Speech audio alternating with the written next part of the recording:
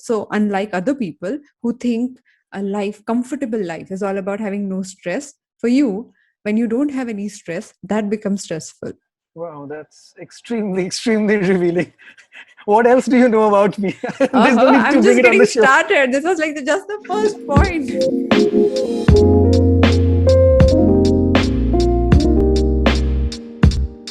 Hi there. Thank you so much for joining me one more time on the Absolutely Right podcast, India's first show based on graphology, also known as handwriting analysis. I'm your host, Aditi Surana. I'm a behavioral analyst, a high performance coach, and an anti anxiety expert. Each Wednesday, we invite a guest who is a high performer, a leader, a successful person in his or her own right. The idea is to decode their personality, know their success hack, and get inspired by them to claim the best version of ourselves. So, you and I learn together from these people while I get to also analyze their personality with the help of graphology. So, if you want to make the most of this conversation, then make sure that you grab a notepad and a pen to analyze your own personality as I analyze the guest on the show. Today, we have invited Nikhil Rastogi, an IITian with 20 years of experience, who, after working with companies like HSBC, Amazon, Citibank, decided to pick up something more entrepreneurial. Something that he got to do in his current role as a marketing director and e commerce business head for Dyson India. To move from a complete corporate kind of an environment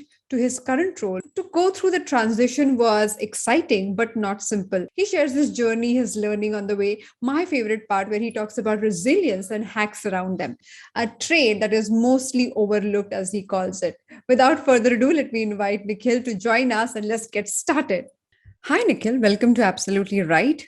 We are curious about the journey that you have taken from being really, really safe with your choices and then going absolutely crazy, if I may say, with this particular career choice. So, over to you. Please tell me, did you know as a child that you're going to do something like this? You're going to be so invested in a product or whatever business or work that you pick up?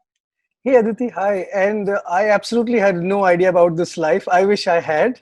When I was a kid, first I wanted to be an astronaut Okay. for quite some time till I figured out maybe that's difficult, and I started to enjoy sports more. Okay. And then I wanted to be a sportsman. Okay. Till I was almost like till class 10th, I was pretty serious about pursuing a career in sports. I played under 15 for India as well in Okay. cricket. And so I thought that's the choice. But then somebody told me, hey, there's something called an IIT. Have you heard about this? And I said, yeah, that also sounds all right. Let me go and try about that. Apparently, all the intelligent people are going on that side. Sure. So I made that choice, and here I am. So figuring out what to do next. So, yesterday, when we were having a brief conversation, you spoke about your first job experience and how you were determined, though not first, probably the first major transition that you made or like an impact that you created. Please tell us. I found that story of a young employee figuring out, creating huge change was very inspiring. Okay, so I mean, it was quite scary. I don't know how much inspiration I can provide with that. My really initial days as a brand manager, as a junior brand manager, I was lucky to have this assignment, and probably I at that time was punching above my weight. It was supposed to be given to a way senior person, but I think I had a more provocative interview and I got the job. Okay. What does that Um, mean? which means that I challenged a lot of things that they were doing, just because I did not know the ramifications of that. So I just spoke my mind. I think it So, you landed told them well. what's wrong with the brand. Yeah, so I said, hey, it's quite funny, Daddy. We need to do a lot of changes. Who uses this anymore? And I don't see it in the drawing. I mean, in the dressing tables, etc. anymore. At that time, I see it in the bathrooms. People are actually, they don't want to show that they're using hair oil. If you ask me honestly, Right. that's what I've seen in my own house. I think it landed on well, and I got on to do that job.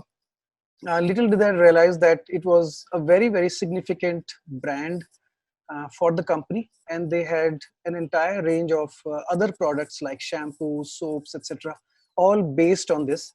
Very, very central, very tightly controlled, directly overseen by the top management, even the family and the board. Mm-hmm. So any changes that you do or any tinkering that you suggest will go through multiple layers of approval. But I think the good thing about the organization was that they were also willing to listen. I think that's the reason they gave me that job. Mm-hmm. And yeah, I think then this little story started where I first went to a very senior resource there. I won't take names. to really present a campaign there. And he bought the bottle from his shelf. I mean, we used to have this very nice shelf of all our brands behind senior management, and they had like the big teak table. You're like 10 feet away from the gentleman, Right. It separate only executive. reminds me of like Raju Chacha or like some king uncle or something, like a Yeah, I huge was table like between two more like people. that king feeling a separate executive floor, and a young brand manager is walking up to share his plan, and that's Right. what that person had asked everybody to do, so that he gets to know us better. And he said, hey, what do you think is wrong with this? And I Hmm. said that I think it's a bit old, etc. He said, no, I think you're being too safe. Oh. And he started to tear off the wrapper of that bottle. That's an impression that's still there in my mind. And he said, Nikhil, this bottle goes in the houses of 10 crore consumers. So whatever change we do here will impact those many people. Do you really like it? And he started to almost tear that thing off. Hmm. And I think that was quite an Dramatic. experience for me, very dramatic. I think he was a very, very senior leader. So he made it that way. And then I freely spoke my mind. I mean, I had not consulted my category heads and my bosses at that time. You just went for it. I just went for it. I said, hey, this is quite old. We need to change that. We need to advertise like PNG. We need to add more science along with Ayurveda. Talk about our ingredients. This packaging is not cool. It needs to be next to a shampoo, so it needs to look like a shampoo bottle. Nobody wants to look at these old oil bottles, etc., etc. So I Right. made a lot of these stupid type of statements. Uh, but when I came down, I think my boss called me. He said, hey, what conversations have you just had? I said, nothing. I just got a brand plan signed, and we also had a little chat because the gentleman had already called my boss, and then they had a meeting. And then, with the help of people around me, we embarked on a very, very significant change on a very, very important brand that we had. So, we changed the packaging, we changed the perfume, we created a new film, we Wow. did clinical trials for the first time, and then we brought it to the market. A lot of things came along with it, and I think it really made a strong impact on my career, that not to be afraid, just speak up your mind. And mostly people will just let you off because you're too junior, so you can get away with this by being cute. And so I played with it and I went along. Sure. So Wow. This is very interesting because very few people believe that they can take ownership of their role or the entire brand at these early stages of their career. They wait for the right moment to happen. And did you feel that you may get fired, or in the whole process of speaking your mind out, you didn't have concerns like that? I think I've been told a few times by my bosses, and sometimes very interestingly, like one of my bosses told me that, hey, the way we are going, I think somebody will lose their job. Maybe it's me, maybe it's you. And of course, it meant me. So, so these are the ways I've been mildly threatened. But I think, and now that I'm in senior management, I think senior management wants to listen the voice on the ground. They want to listen from the person who's closest to the consumer, and who's not afraid, who's not rounding off the trends with 6 monthly averages and smoothing out and showing what, or massaging the data enough to show what they want to, or what the senior management wants to listen and hear, and what will look good in a presentation. I think they want people who are immature enough to actually say what exactly is the Say the problem. truth. Right, say the truth. I mean, that's why this entire concept of market visits in FMCG companies is so useful. I mean, even in Right. today's business, we do a lot. We used to do it in our banking as well. Whereas we go and just ask people, hey, what's not working? And probably it will always be the junior most person who's going to tell you the truth. Right. Rest, everybody will say, hey, we are doing a great job, by the way, etc. You will never really know what's the problem, and therefore you Right. can't fix it. Can't fix it. True. So I think speaking up your mind, and with a good intent, and of course, I think you learn the art of then putting your point across, and how you do that. I think there's a full science around it. Always lands up well. I mean, that's been my experience. I've never been fired so far, so I think it's working for me. No, we had one of our guests was the managing director for Timex watches and the whole Yeah, group. And she said the same thing. She said, it's very important that you go to the ground level and get the information at the source and not absolutely, let it filter through multiple other people's absolutely, interpretations. So I think you second the same idea. completely, totally agree with that. Every time you have made a career shift, it was kind of from one beautifully safe structured company to the other, and that continued for quite some time. until you chose your current role. So please tell us about how difficult the transition was, what exactly happened, and how your family treated the whole thing. Wow, it looks like a job interview now. But Oops, did look, I sound like that? I've been quite restless, like many of us in the initial stages of my career, and therefore I made a lot of shifts. And I probably wanted to do something new every year, and disrupt the brand or disrupt the product that I'm working for. I mean, till I really understood that how you need to really brand manager proof your stuff, which is really important because look, I mean, every summers it's going to be the same Coke bottle, it's going to be the same brand manager, and he or she needs to find the same thing, but bring in a lot more continuity of the work of the last 100 years. Right. So not necessarily that every time you will find an assignment which is totally disruptive, and sometimes just continuing the course can be even more difficult than disrupting something. Sure. Um, but yeah, I think I've never been sort of afraid. So I spent the initial 7 8 years in FMCG companies, um, all about hair care, etc. Till I got bored about discussing hair and you know hair regimes of people and meeting consumers. And I got quite fascinated by banking, Mhm. and multinational banks at that time in India were trying to go the FMCG way and trying to structure their products and propositions just like consumer companies. Right. And so I made one big shift to an MNC bank, Mhm. and I really liked there because I mean the kind of data and the kind of information that we had, and because I was all along a product guy, I was really fascinated by the entire services marketing, and Service, I thought right. there was so much convergence, an intangible, and how do you build a brand in an intangible? There's no bottle to hold this time, there's no label to look Right. at, but it's all experience. It's about how somebody at a contact center is going to speak to you. It's about little things like the caller tune on a relationship manager's phone, and Mm. so on. So like really micro detailing, and how important it is. So I spent a lot of time there as well, Mm. and till I landed this job, which I thought that hey, I worked with a like probably the biggest companies in the world like Citi and Amazon and HSBC. Now I want to do something which is very very entrepreneurial and really go back to almost like restarting my career and create something and then look back and say that hey, this is something that I built, But and I why? joined Why this. would you do that? Like, generally I when think people. it's a niche, honestly. I mean, after you've done a role, and I mean, I was one of the youngest directors in City, doing Mhm. really well there, and then I thought that what will I do next year? I mean, I'll probably do a little more of the same thing. What will Right. I do the year after? I think it will be similar-ish. I want to do something very very disruptive, and whatever knowledge that I have gained in terms of market of digital and marketing, etc. I want to take a small company and make it big. Mm. Only then will I know that I can really do it, because so far, I mean, these companies could have done equally better or even better without me. True. So how do I create something and say, hey, this time it was only you and nobody else?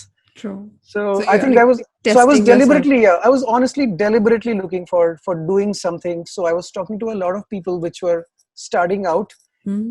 or starting out companies, and this one really clicked with me because of the first boss I had. I mean, I was quite inspired by our interactions, and I thought he's a person I would want to work for. I respect him, Nice. Mm. and here's a company that sounds just about right for the kind of person I am. Okay. And I think that date has lasted on well so far. So what was your family's reaction like? They were quite shocked. I mean, I have like two full almiras with suits and ties, etc. So because I was a proper banker Right. with all my cufflinks and everything, Things that you do catering like not require anymore. thing that are just not required because Technically, no one does now, but yeah, I mean, yeah. I just carried a jacket in the first day of the job, and my boss said everything is fine, but can you just take off this jacket? It's just making me uncomfortable. So I said perfect. So yeah, it was quite a change. I mean, culturally and otherwise. Right. I mean, I used to have a secchi and a cabin, and I was also used to a smaller teak table. But Yeah. when you're on the other side, you really enjoy it, and somebody to bring you tea in the office, Sure. and you have a little sofa where people will come and sit for you. From there, I came to this place, which was in a co-working place with a hot desking policy, no seats for everyone, find your own parking, Oh get yeah. set up your own laptop, etc., etc. Mm. So yeah, I think it really forces you to undergo a big change, and I think the biggest thing is to let go of your ego. Yeah. because somewhere it's also pinching you that you're not getting treated the same Way the god-like way way you that you were. You are you like one used of the to. You used to. which one is used to, and Right. it takes a little while. But Yeah. after that, now I can't think of walking back in that suit. I just find this so comfortable. Just being yourself and just being known for the work and not for how you dress to work. Nice. How nice. That's a great thought, actually. So I have your handwriting sample. We had asked you to write on a blank sheet of paper, which is an unruled paper, something that we use for every graphology based analysis. We told you to write anything that comes to your mind, and so I do not read what people write. I do not want to get influenced by your words and how amazing you are. I just want to make that interpretation otherwise, just by looking at the writing. So here is your writing. And before I start and if I before I kind of build my interpretation, let me also tell our listeners and viewers, the whole idea of this conversation is for you to understand yourself, analyze yourself. So as I give feedback to Nikhil, you can also look at your own handwriting and check out if that stroke is applicable in your writing or not. And you don't have to be super accurate about it. As long as you understand it, as long as you relate to the conversation, that's perfect. So Nikhil, are you ready? Bated breath. All Very, the very best. excited. Very, very excited. So, the first thing that comes to my mind, and I'm saying that because when you write on a blank sheet of paper, unknowingly, you start going upwards, which means you start at one point and your writing starts moving in an upward incline kind of formation. That is called upward baseline, as Mhm. per our graphology term. Anybody with that kind of baseline is not a positive person, which people generally believe it to be, but that person is very, very enthusiastic. He or she loves to solve problems. They love to look at every situation and come up with the best possible solution that was never invented before. So it is not repeating the solution, but it is really coming up with newer solutions that can really take you to the next level. So, Nikhil, everything that you spoke about, why you wanted to move from one job to another, kind of explains why would you not be able to stick to the mundane routine where you don't have any problem to deal with. So unlike other people who think a life, comfortable life, is all about having no stress, for you, when you don't have any stress, that becomes stressful. Wow, that's extremely, extremely revealing. What else do you know about me? There's no need to I'm bring just it on getting the show. started. This was like just the first point. No, but I completely echo your understanding. I think it's absolutely the right one. I think it's just the age to do something impactful. I mean, I have huge marks for myself and my team for never being done before. I mean, I force people to Wow. look at something new. Give us an example, Um, for example, right? when I joined City in India, I mean, my role was of a chief marketing officer, but we also felt that now a lot more business can happen digitally, and the Hmm. role of marketing should move from just brand to actually performance. And I went out and we started to hire a lot more different profiles, people Okay. from Google, people from Amazon, people from LinkedIn, etc. People who all knew a lot more about this Digital. industry Hmm. and this stream, and they were all unconstrained. I mean, unlike me, they did not know that RBI had this rule. You cannot speak like this. You cannot advertise like this. You cannot take Right. this customer information. They had no idea.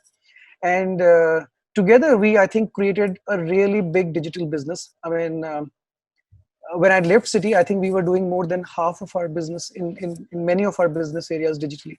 Wow. And it was one of the largest contributors of new growth and new business origination. And that is back in the day where digitalization was just starting. Was just starting. So, a Yeah. lot more convincing, a lot more working horizontally, which is typically not the way MNC banks are structured Right. because they are very siloed, they're very hierarchical. True. But you need to break a lot more boundaries, very transformational. Also, sometimes gives people that, somebody's going after their jobs. So people challenge everything Sure. that you do a lot. Right. In banks, you have credit and risk people, etc., who would want to see everything through I mean, unless they have past data, they will not allow you to move forward.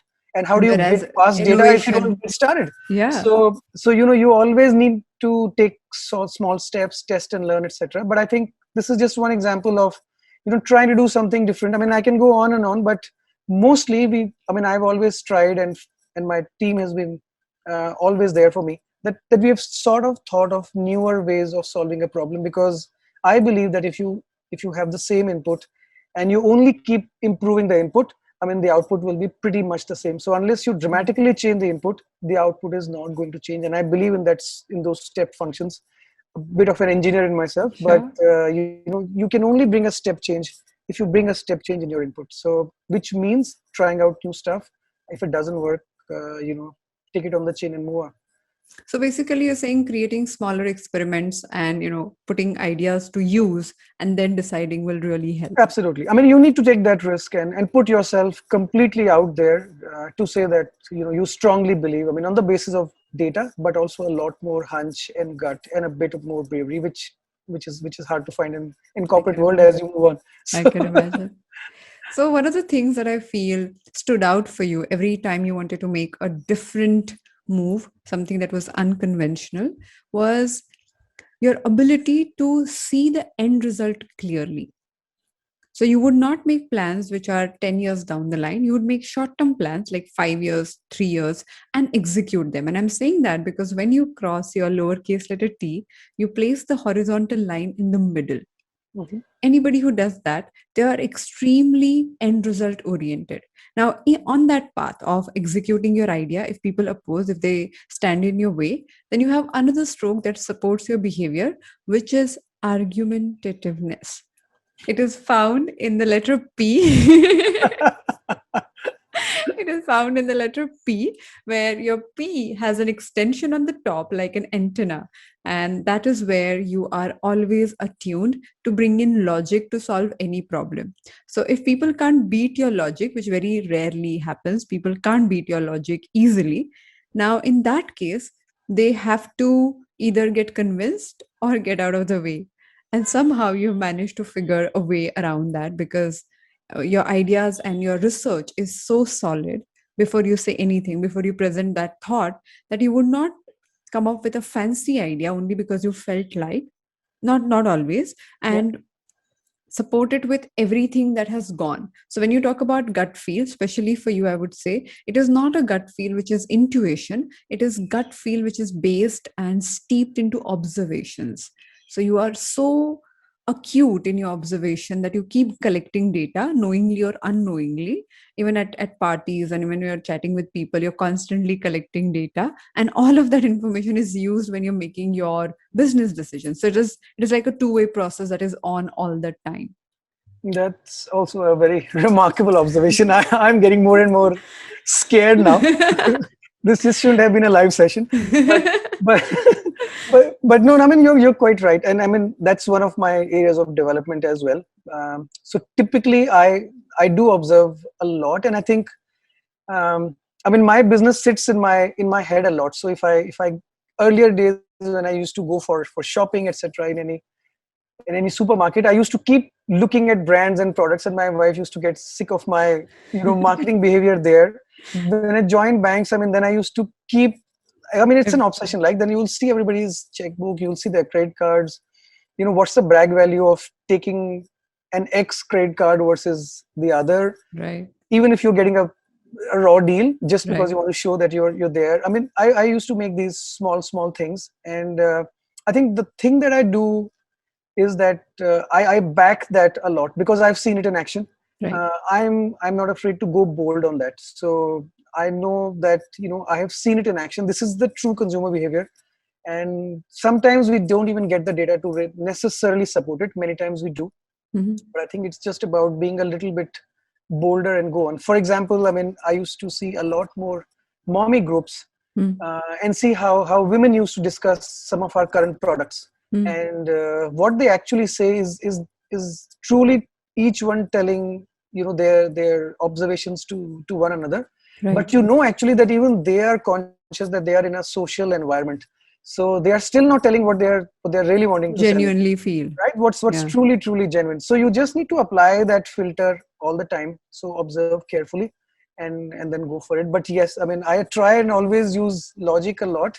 I i think what I need to do a bit more is if people are not really getting it, be a bit more patient on that. I think I do end up sometimes a little bit steamrolling as well because I strongly feel that this is the right way, and we can't wait for all the data to happen and all the cows to come home, and True. we need to get going. So I'm quite like action focused. So I have this bias for action.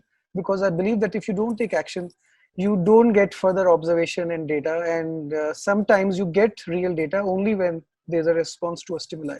I mean, if there Right. was no response to a stimuli, you can keep asking and keep looking. You will probably not get it. So it will be only a hypothesis about Yeah, something it that will only be may an or may not hypothesis. I work. mean, yeah, Yeah. you need to take that first step and test it out. And of course, caveat the rest, box it out, budget for it, Mm. socialize it with people. I mean, all these things I've learned over the years, but you still need to do it. So I want to ask you this, and then we'll keep the session where you can ask any question that you like. But I wanted to ask you, how did you look at your brand and business not only surviving but growing during the pandemic when everything, it's my favorite question to ask, especially post lockdown, that what were your challenges and what did you do different or differently in this Yeah. process to thrive? I think it was a very, very testing time and hand on heart. And I say it to everyone, I think I've learned more in the last 1 year that I've learned in the last 19 years of my Mm. professional life. And, there was a point in time after 17, 18 years where you think you know a lot, right? That you've seen quite a Mhm. lot. Of course. You're slightly getting there, the LinkedIn guru levels. And then you get hit by COVID and you really have to rethink everything. And Mm. us being a smaller company in India, I think on one hand, there was a thing that our categories got a real acceleration because we are into vacuum. So, the absence of domestic help, increased Right. focus on health and hygiene really boosted our categories. I mean, we never had stocks to give to people. Salons were shut. So more and more women were styling their hair at home. So, Right. some of our personal care products, etc., But took also, a we big no, hit. but people were not going out, so the But they were need not was, going out. So yeah, yeah. so we built a big online stroke digital business to actually meet that demand. So Mm. and that those are some of the big repivots that we did. So the entire front line, all our stores, all our physical distribution got shut. So what our team remarkably did is that all of them started to do video demos with people. So they started to reach out to clients and they say, hey, do you want to take a video demo of how to use an air app on your hair? Mm. And the women would get so convinced, and after that she can come on our website or she could go to Amazon, Flipkart and the likes and purchase the machine. And I was amazed to see that people who are in retail for 15, 20 years, how quickly they repivoted and adapted themselves to doing something on video from their own houses with whatever limited equipment that Resources. they had and the resources Mm. that they had. Because they were coming out as so genuine and so useful, I think Right. people that lapped at us, our air purification, for example, I mean, COVID being airborne and things like that. I mean, people wanted to know a lot more. Mm. And in Dyson, we always try and be authentic. So very authentically, we used to tell that, hey, this is what we do, this is what we don't do, and this is how it helps you with clean air, and this is as much as it will go against what you're thinking. Sure. The other big aspect when you talk about COVID is all about cash management and keeping the company afloat. Right. So never in my life before did I know that what is the cost of a single seat, how much do we pay for parking, Sure. what are our travel expenses, what is a cab cost, etc., etc. But when you're pushed to such a corner and sales really takes a beating, you have to go through every line with a fine comb and think about, can we do, I mean, it was, if it were our own company, could we have treated Reduce the this cost. differently? Yeah. Would we have still gone ahead and done this? And we did this as a company, not as an individual. And I think we had very interesting scenarios where head of marketing, which was me at that time, also Mm. doing a country manager role, would come up and say, "Hey, I don't need these budgets. I think We can we use it can in use this. these communities and influencers to do our job." The head of contact center would say, "Hey, I would shift my entire contact center and we can work from home." Mm. The head of retail would say, hey, I will completely pitch in with video demos. It's all right if my people don't make incentives, but as long as they are video demos, doing video demos and contributing, we are all in. Mm. So people come on their own because it's our own company. Right. And that's another important facet that you learn, which you will probably not learn when you're working in a $1 trillion company, because there is so much cash, they can last Right. for another 100 years. Right? So your dream or your whatever request of working as an entrepreneur truly came true. Truly came true. Truly, I mean, more than came true. So more than, and the third and the most important aspect, I think the biggest thing that I learned as a leader was to really take care of your people. I mean, I got calls late in the night asking for oxygen cylinders and My God. concentrators, etc. Not something that even the organization can do. Sure. So we made informal groups. We used to have daily attendance for each and every. We used to speak to everybody in the organization to check if they are doing well or not. We got into parental insurance, we got into enhanced covers, we got into vaccination drives, whatever we could do. But most importantly, and we always said that we have to help each other as human beings. There's only that much that we can do under the professional umbrella. But if and we had people whose moms used to use an oxygen cylinder, but he said, hey, I think she can manage for a couple of days. Why don't we give it to Oh person my X God. because they really need it? And the third person will go in their car, pick that up, and provide it to somebody else. And that really tells you that how tightly can people Work work with together. each other, and if they work together, how big a force can they be? And we really shifted our focus from business to people. And now when situation has really improved, we are seeing our same people really coming back to us and wanting to make up for what we lost. So I think it's a very reciprocal thing. I mean, I'm a big believer of trust, and trusting in people and team and fellows. And just as we are thinking that it's our own shop, I think each and every person in the organization is going to think of it as their own shop. And we had remarkable examples of people going And what out you're of the saying way. is eventually So, they did, and they did. which is So, beautiful. so I think that's what the journey of COVID was. So very, very challenging, but also very satisfying. I think you probably did not make them like lessons, but in the conversation and in the way you were sharing the stories. One of the stories I would like you to talk about, where yesterday we spoke about in your style of leadership, taking ownership of each project is essential. And Yeah, second thing you mentioned, that how every single project must create impact. So you spoke about women returning to job as yeah, one of yeah, your initiatives. I thought that was inspiring. While talking about it, I'm getting goosebumps because I know so many of our friends, like female friends, yeah. do not feel as comfortable going back home, Absolutely correct. going back to work Absolutely after, right. their. No, no, you're not pressurized to say that. They do feel uncomfortable going back to work after pregnancy, after getting married, whatever, True, like a longer true. break. So, what did you do and how did you pull that through? No, I think something really close to my heart. I mean, I'm a father of two girls, so something that I've seen in my own house. And my wife was with me in IIT, so she was my batchmate. So Okay. seeing her go through similar emotions, I think gives me a fairly good understanding of how this worked. And Right. also in my stream, I invariably had more than half of my team as women. So you could come across this situation many times. So this happened without naming that multinational bank, where we were looking at data and we saw that a lot more women enter the pipe. Mm-hmm. And as the pyramid starts to become narrow Grow. and narrow, our high performance women are starting to fall out. Right. And at the top, we are really left with 6 to 8%, which was not making sense, not looking good, and nobody really believes in it. It's not that we are MCPs. Right. We know it's not correct, but Right. we are not doing anything about it. And then we looked at data, and the most significant incident was that somebody became a mother, Right. and returning mothers, or this entire emotion around women coming back to work, was a big one. Right. So it had to be tackled on multiple ways.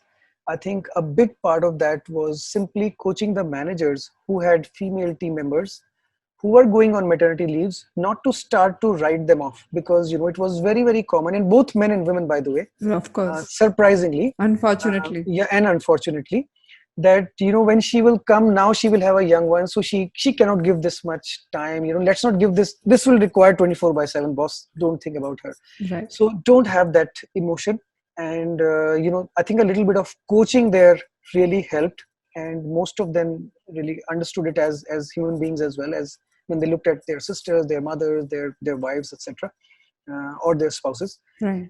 The other thing was also to put in some systems in place, that if an ex-employee who's going to become a mother is going for this thing, her rating will be locked, Hmm. and she will come back on the same assignment. So even if you want to, you Wow. cannot change it. So you are locked. So you better do a good job in terms of ensuring that the experience is correct. Wow. And also, the third thing was a large part of the managerial assessment. We had Hmm. separate manager performance scores, were basis the feedback of how the manager has behaved, which would be a 360 done by other members of the team. Right.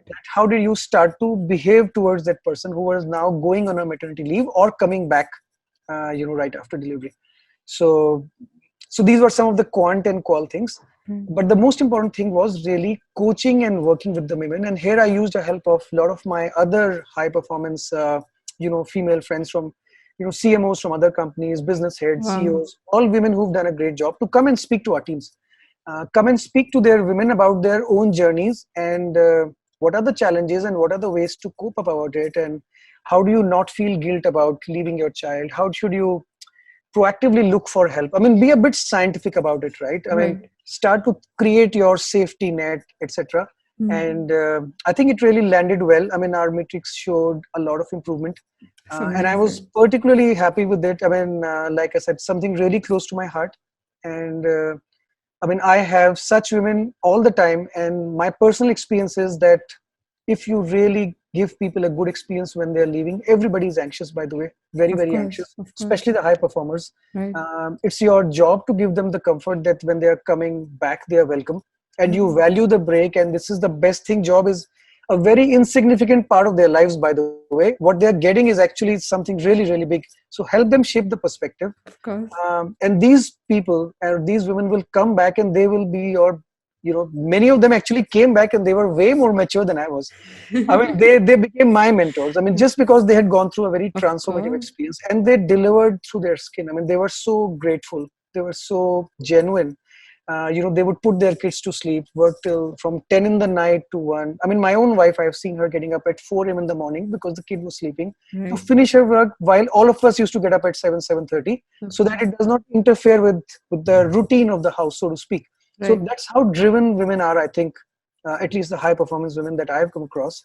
So absolutely must for everybody to take care and be very, very sensitive and aware about this aspect. We want more feminist men like this in the system who would not only talk about it or in parties and in conversations, but truly do something and I agree. make Yeah. changes in the system so that we can really see where See, it's I'm not an outnumbered equality. member, right? With two daughters, and I mean, I'm like I can imagine. only I can 25%. imagine. Yeah.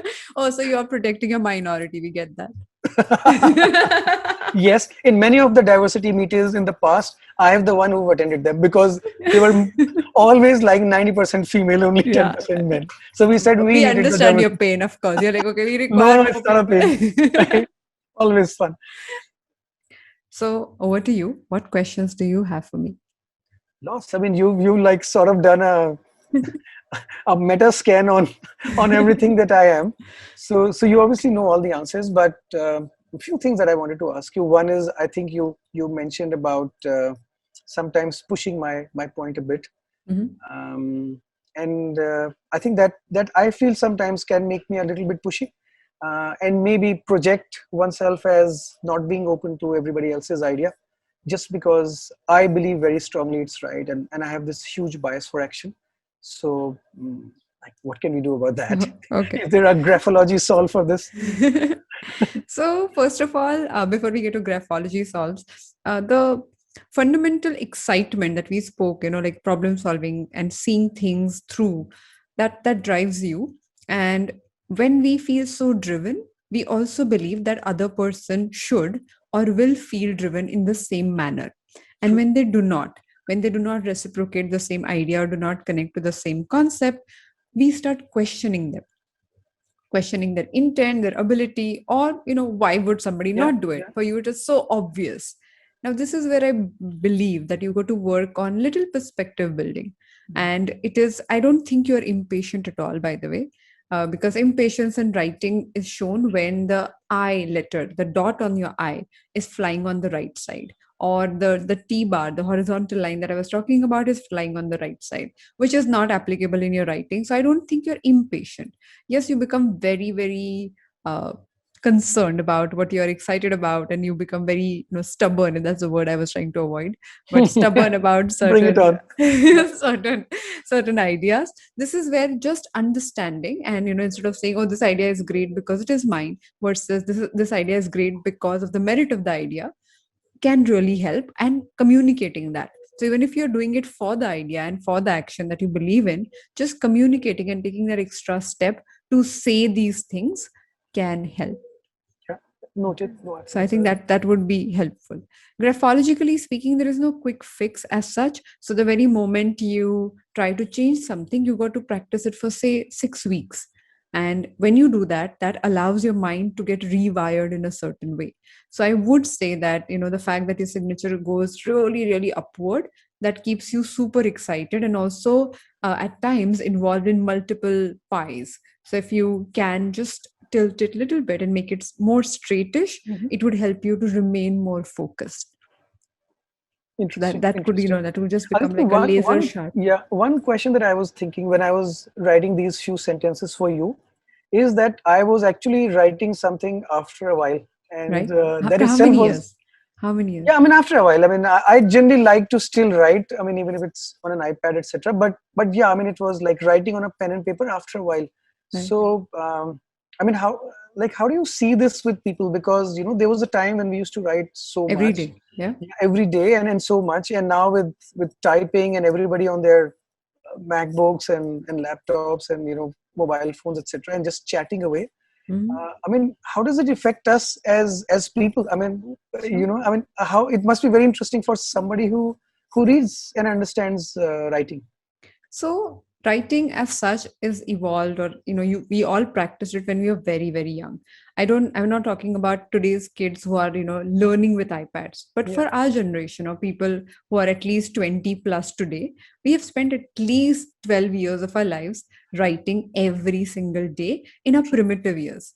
Yeah. So everything that we thought that time got wired together in that skill, which Hmm. was, then built, practice, and most people took pride in, or were, Yeah. Yeah. criticized for. But that was an identification that you carried around wherever you Yeah. went. Yeah. Good boy, good handwriting. Exactly right. And I must tell you, confession, I had the most horrible handwriting, and that the context also, because my father was an art director. So he has had a beautiful writing, and he used to do Hmm. calligraphy and all of that. Oh, So compared to him, no matter what I did, I always had a horrible writing, and I was punished the most for my writing. So yeah, I'm still seeking revenge, I believe. So the writing was such an important part as we grew up. And even if you don't try it, like swimming, like cycling, if yeah. you try it after many years, the muscle memory takes some time, but it resumes. Hmm. So with writing also, first two lines you might have struggled, but once you started writing and the thought took over and you got involved with the thought, then it just started flowing Yeah. as if Yeah. you have been writing No, for a that's long true. And time. after I saw that piece, I said, "Hey, man, it's going like all in one direction. What the hell? I mean, this is because you don't even write on a unruled paper, which is True. what your Yeah, but brief that's was. that's that's the trick, because when you don't Yeah, have any guidance below correct. to write, this is where the mind takes over, Yeah, and the things that I said, enthusiasm and what you do. So every micro choice made in the writing talks about your choices that you make in your everyday life. And there interesting. are 800 strokes and permutations of it. So it might not sound like it, but it's a complete mathematical study. Mhm. So when you compare one trait with the other and combine the two to find the cause of the problem. So what I love about it is, so many times we talk to people, we do not understand where the problem lies. Yeah, You're talking about, like in a counseling setup, the person would tell me about what the problems that they have, how they look at it, and I have no way to evaluate whether it is really true, or it is that person's interpretation, or a story, or they're making it yeah, up. yeah. You have no clue. But with Graphology as a tool, with me, I can actually check and cross question and go deeper in the areas which are bothering. So yeah. Wow, it's like a polygraphic test. You didn't know what you're signing for. Okay, Very interesting. Very interesting. what are your questions? Okay, so look, I mean, one more thing about me is, and I think I should use this to also share that I also get anxious sometimes. Mhm. So before anything which is very important to me, or very significant career goals or project goals or team goals, they make me anxious. And whereas I would not show them, and I would always come across as confident and Calm and joking collected. away and calm and the big sense of humor, etc., but underlying, I mean, it bothers me. Mhm. So does that also get Of connected with course. the way I write? And Of course. again, your two So cents are very valuable here. now let's look at anxiety. Anxiety is reliving or imagining an outcome that has not happened or that can happen negatively, Yeah. and in a way engaging with it and playing that movie over and over again in our minds, and your body believes in it and responds to it. Some level of stress is essential, because without which you would not grow, you would not move forward.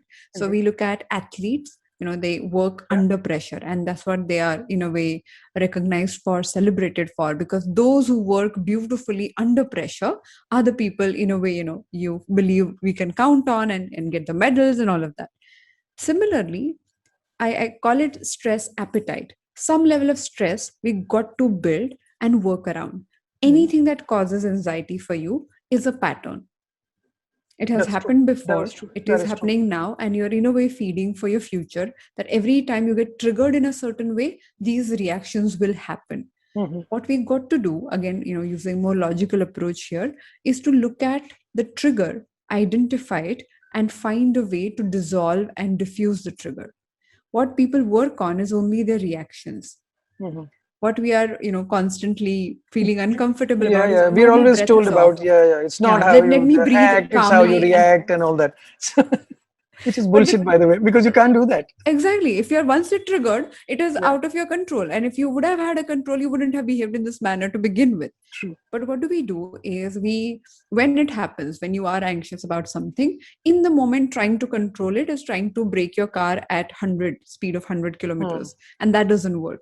But when your car is at a standstill, when you have gone through that so-called Yeah. episode, taking 10 minutes to observe what happened, seeing where exactly your trigger was, how that trigger kind of got you riled up, would be a great exercise. And that need not take more than 10 minutes, because if you make a long routine and if you make like a long process, you won't get time to do it. Yeah. But once you build that awareness that, oh, if I was triggered, which means this situation had a control over me and I was enslaved by the situation. So the very moment you start observing, if you give me an example, I'll be able to No, no, elaborate. I mean, yeah, I mean, I think maybe that's too personal, but you're right. I mean, there's always a pattern. I do agree, and I think if you've not been successful on those occasions in the past, or you've had a negative experience, the next time, and thankfully for me, I think I'm able to isolate. I know that, hey, this I causes me believe stress. so. I mean, this makes me anxious.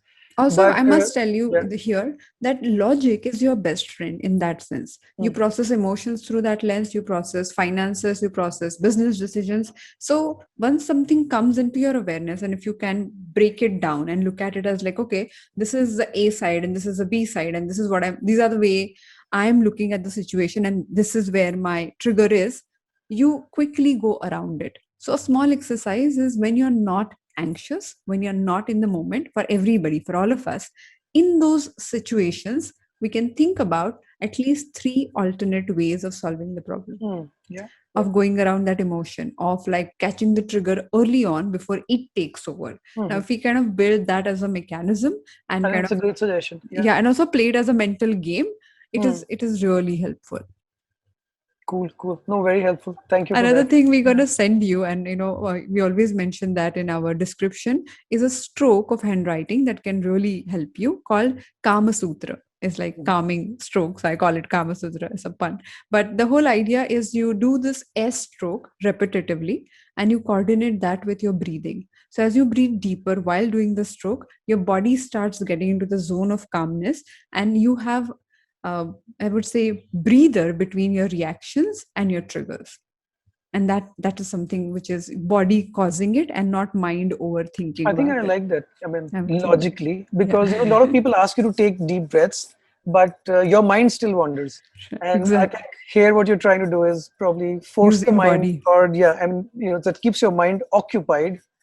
I don't know what S will do particularly, but yeah, I mean, it'll keep you, because S is also a difficult alphabet to make, right? I mean, you'll have to. And if you It's a practice it, small alphabet, right? You have to like, yeah, it's a bit of it and requires some attention. It's not a L. You can just like, go about it. One, yeah, that also the formation, because we have, as I was telling you, 800 yeah. permutations. So it is in the upper zone, it is in the middle zone. So your mind goes through a Mhm. problem solving, and then you kind of, so the formation kind of creates certain loops for you to stick around, and it Interesting. helps you be more creative and calm. So So we'll how send many you asses will solve it?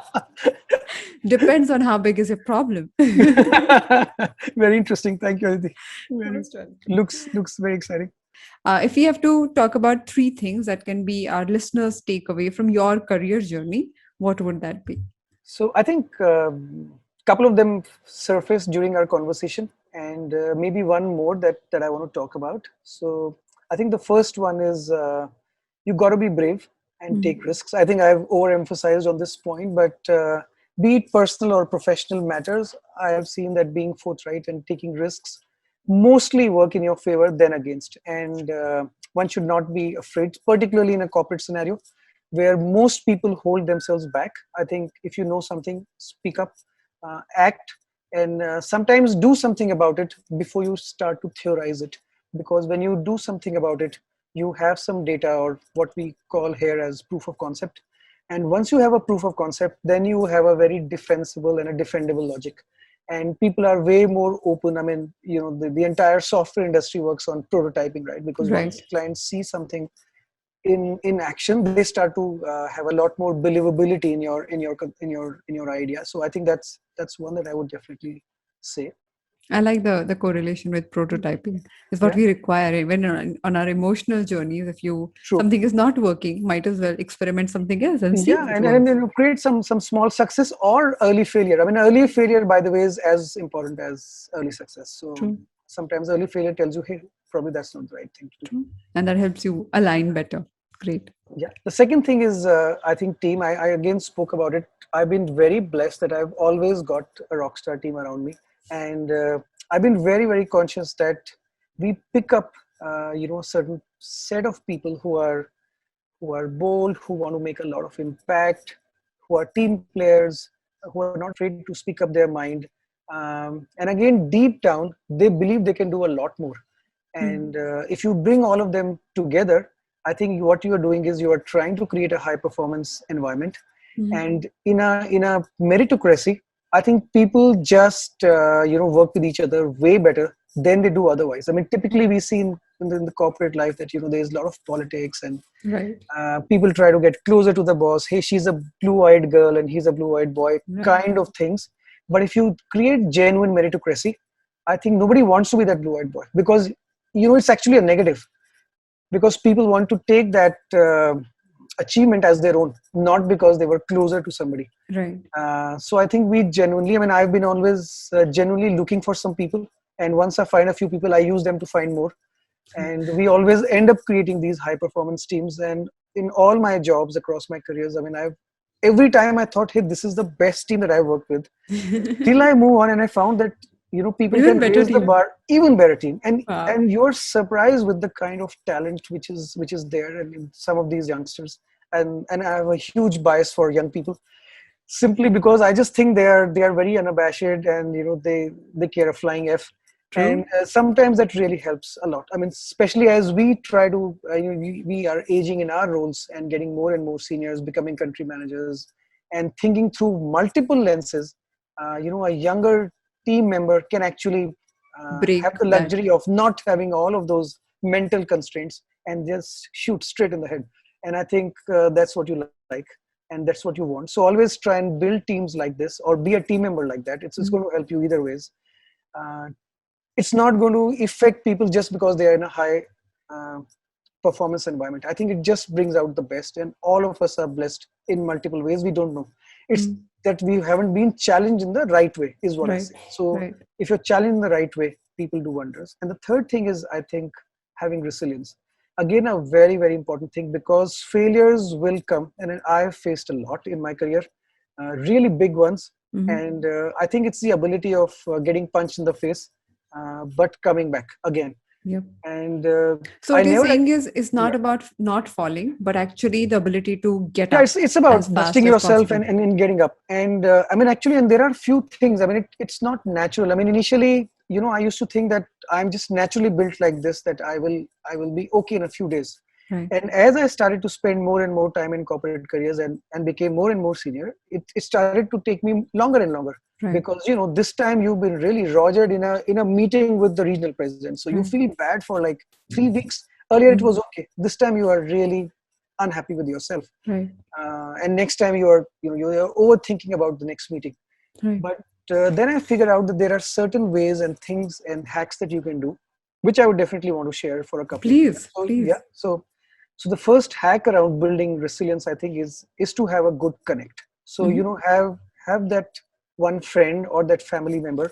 I mean, we all have multiple friends and family members, but have that one person who can be your pseudo coach, and whom you respect, whom you trust, and you believe that what he or she is saying makes sense.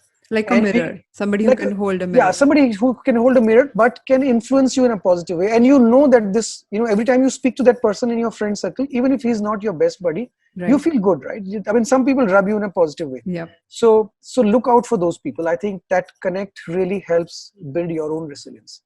The Which is second thing, beautiful because you're saying resilience is not an individual idea. it's You not an can individual idea. create I a mean, it's a, support yeah. I system. mean, it's a purely learned behavior, I think. Wow. And you, when you look at sportsmen, because I'm a sportsman, I mean, they imagine how a Roger Federer would have felt now that Of the way course. he lost in this Yep. Wimbledon, right? Just because he's Roger Federer doesn't mean that he will come out of this next year and start to play. He True. will take a while. He will go through his motions. But we also know he's Roger, so he's found a way that he will come back stronger. Right. And that's what sometimes make these athletes great, right? Because they've been at that high stress performance, repeated failures, and they keep coming back. Whereas a lot of really bright ones come, and they're like gone with the wind. Sure. Come for a couple of seasons and disappear. I want to mention the book called Mindset by Carol Dweck here. She Hmm. speaks about growth mindset where you Yeah, keep yeah, showing up versus absolutely. fixed mindset where you're brilliant, you have great Yeah, yeah. talent, So it's a but great concept. you Yeah, shine for some time because after that you cannot grow and you absolutely, cannot find the resilience. absolutely. So I Next mean, I one. think that is important. The second thing, again, very important, is to have some gratitude. And I think COVID has really taught all of us that, Completely. right? That and many things that we take for granted. I mean, we are just worried about a high impact meeting or a project or a performance rating or a promotion. But Right. hey, look at so much that you have, and You once you start to, survived. You're on the other right, side of the yeah, pandemic. and most importantly, your life. Yeah. and and then there are so many things. So again, I mean, to your point of having that perspective, so once you try and build that perspective of gratitude and just for a moment stop taking things for granted and then look around you, I think that really helps you calm down but also feel better. And Mm. it will help build your resilience, because you know that you've already got so much. It's not, everything is not bad with you in life. I mean, Yeah. heavens have not really fallen. It's maybe Right. just one promotion that everybody knew you deserved. Everybody was just just like you, was waiting for it. You were expecting it. Didn't happen. It's all right. I Mm. mean, there's so many other things that you have. The third thing, take care of yourself. So I think both physically and mentally. I mean, if Mm. you, I mean, I engage in a sport, but Mm. I mean, you can run, you can exercise, people can do whatever. I think it really helps again build back your resilience. And I think sports is one great way that's worked for me, and both physical and mental. So you talked about this Kama Sutra, stroke or yoga or meditation. I mean, whatever works for True. people. Um, I practice Anulom Vilom, which really Right. worked a lot for me. I mean, I learned it from my father, but I thought that and now again you see a pattern, right? When you're really down, if you do that initially, it will be a bit mechanical, Right. but in a couple of days you will find the groove, and you will see that it sort of helps. And the last thing I would say is think forward. What's gone is gone, but if you start to now think forward in terms of what's the next interesting thing that you want to do, or how will you solve this problem in a different way, Right. I think it just makes you forget a bit of past and try to make you forward looking. I'm not saying don't learn from your mistakes, do that, but not when you're down. That's Mm. not the time to learn. That's the time to really pick yourself up. And I think if you do these 3 4 things all together at one time, it just helps you come back stronger. And professional life or personal life, I mean, you will get a lot more beatings, and you just need to take them in your stride. And the more resilient you are, the better you will do. I mean, some of the top performing people in any personal, professional, creative Right. field are all people with extremely high resilience. So I think a very underrated quality. But Completely. I always ask people about their failures and how they dealt with it when I interview people. I'm not interested in your most successful project and the best thing that happened to you. Right. Everybody has those moments. Tell me, when you did not do well, how did you deal with it? And Wow. you can see through the authenticity of the person that what the person really went through, and does he or she has it in him True. to really come through next time when it will happen, when she will be a part of your team. True. So And I think that's a great way of looking at it. So post COVID, so as a high performance coach, I worked with leaders for the longest time. But post COVID, yeah. we realized that people require tools. So we created this concept called a gym, where every week people practice their mental and emotional fitness tools. The Hmm. idea being very simple that, if you can do that for body, why not for your mind and emotions? Very interesting. So what you're saying is, to be resilient also, you need to know that there are muscles that you can count on, and what Absolutely. techniques can you use when you are already in the situation. And that's something one has to practice in whichever way that works for them. I think that's amazing. Absolutely correct. Correct. And not absolutely correct, it's absolutely You're right. right. Okay, absolutely right.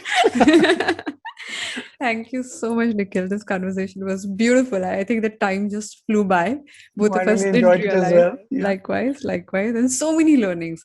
Thank you so much, Nikhil. This was wonderful. I must say that the resilience and hacks around them was a favorite part of me of this conversation. As a coach, the whole idea and the story of getting women back to work and creating an environment which is nurturing and respectful for them just melted my heart. Which was your favorite part? What is your key takeaway? My email ID is writ, at aditisurana.com. So make sure you take a moment and share your experience. Share that in the comment section if you like. Share this conversation with anybody who would like to get inspired and find ways to improve themselves and claim the best version of themselves. If you got curious, intrigued, and logically stimulated by the whole conversation around graphology, if you want to learn it to make better hiring decisions, to understand your spouse better, or even to get to know your kid at a deeper level, then you can learn this whole skill with me in my graphology masterclass. The information is mentioned on aditisurana.com. Nikhil spoke about resilience, experimenting, so many things that he uses as a leader, which can be implemented in building your emotional and mental fitness. Something that we do on a weekly basis in our group coaching module called APT, APT, A for Aspire, P for Perform, and T for Transform. You can know more about this weekly conversation and a community of like minded, amazing, smart professionals. The link is aptforme.com. APT, aptforme.com. I will see you in the next conversation. Make sure that you keep learning, keep growing, and keep claiming the best version of yourself. Happy writing.